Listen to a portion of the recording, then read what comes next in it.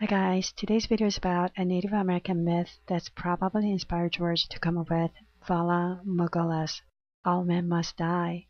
And I think the story I'll be introducing in a minute will help you better understand what I'll be discussing in my next video, which is about Rhaegar's possible resurrection. But first, I want to give a quick shout out to Thunderclap, who made a brilliant comment on my last video. He thinks Baratheon is the combination of Bara, as in barrow or tomb, and Theon from theology, as in God. I guess he's saying Baratheon is the tomb of God. I thought his view on that was quite interesting. Thank you so much for your comment, Thunderclap. And for you guys out there, please feel free to comment on my video. I read them all and love to talk with you guys just about everything that's Game of Thrones. And I want to see what others think as well. So please comment whatever you like. Now, the Native American myth for today's video is called the Blackfeet creation myth, and the following is the summarization of the first half of it. The story of the Blackfeet creation. The Blackfeet believe that the sun made the earth, that he is the creator. One of the names by which they call the sun is Napi, old man. In the beginning, there was only water everywhere. No land was to be seen, and there was something floating on the water.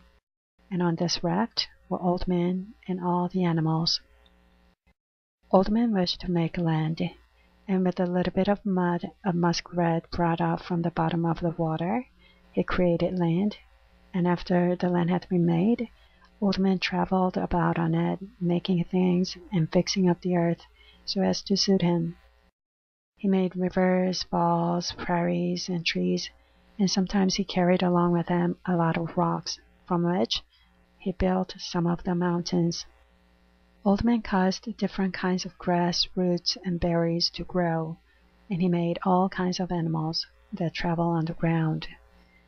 When he made the bighorn and put it on the prairie, he saw that it did not seem to travel easily there, so he led it up into the rough hills and among the rocks. Then it skipped about among the cliffs and easily went up fearful places. So he placed the bighorn in the mountains. And while Old Man was in the mountains, he made the antelope. But it ran so fast it fell over some rocks and hurt itself. He saw that this would not do, so he took the antelope down on the prairie and set it free there, and it ran away fast and gracefully. At last, one day, Old Man decided that he would make a woman and a child, and he modeled some clay in human shape, and after he had made these shapes, he put them on the ground. He said to the clay, "You shall be people." He spread his robe over the clay figures and went away. 4 days later, he went to the place and took off the covering. He said to the images, "Stand up and walk," and they did so. They walked down to the river with him who had made them, and he told them that his name was Napi, Old Man.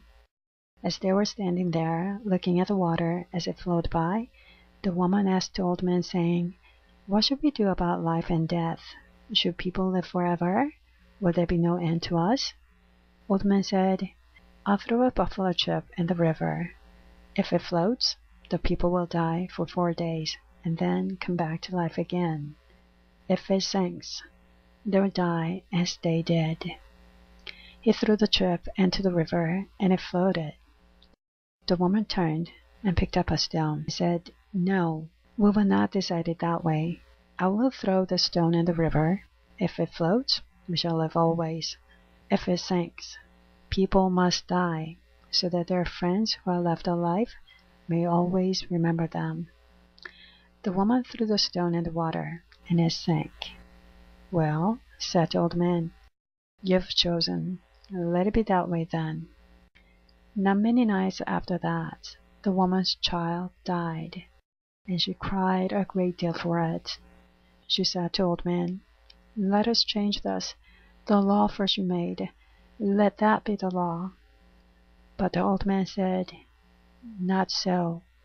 What is made law must be law. We will undo nothing that will be done. The child is dead, but it cannot be changed. All people will have to die." And so to this day, when people die, they stay dead. When first time I read this story, I instantly thought of All Men Must Die, Valar Morghulis, the coin Arya was given by Jaqen. Arya threw the coin in the water, but later Jaqen found it and gave it back to Arya. I don't think Jaqen dived into the water to find the coin. I think the coin is a special kind. It does not sink, but floats, like the buffalo chip the old man threw into the water but did not sink. And the house of black and white, where everything is black and white, life or death, this or that, like there are only two sides on a buffalo chip. And the kindly man that Arya encountered at the house of black and white, the kindly man is not in the show, but if you're a book reader, you probably know who I'm talking about. The kindly man is the priest of many-faced God in the house of black and white. He does not give out his name. One of his quotes says, "Death is not the worst thing. It is his gift to us, an end to want and pain." And actually, it's the kindly man, not Jaqen, who takes charge of Arya's training in the book, unlike the show. And when he first shows his face to Arya, it is a yellow skull and a white grave worm coming out of an eye hole. And after Arya kisses him and bites the worm, his face changes to that of the kindliest old man she ever saw. And this story of Blackfeet creation also reminded me of another book character that did not make the cut in the show, Lady Stoneheart. Lady Stoneheart is actually Catelyn Stark.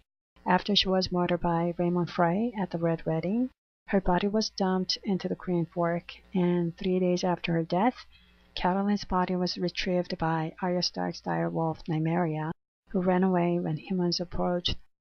But Catelyn was resurrected by Beric Dondarrion.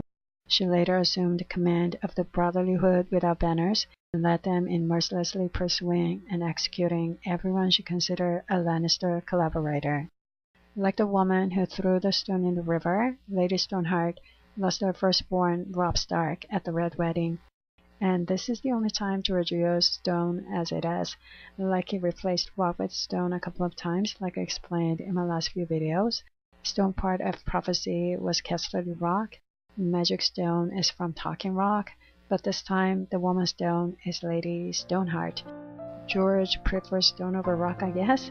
I don't know, what do you guys think? Please comment below what you guys think of all this. And my next video will be about Rhaegar's possible resurrection, if he were resurrected, who he might be, or if he were ever resurrected at all. Hope you guys enjoyed this one, and we'll be back for more. Thanks for watching. Bye!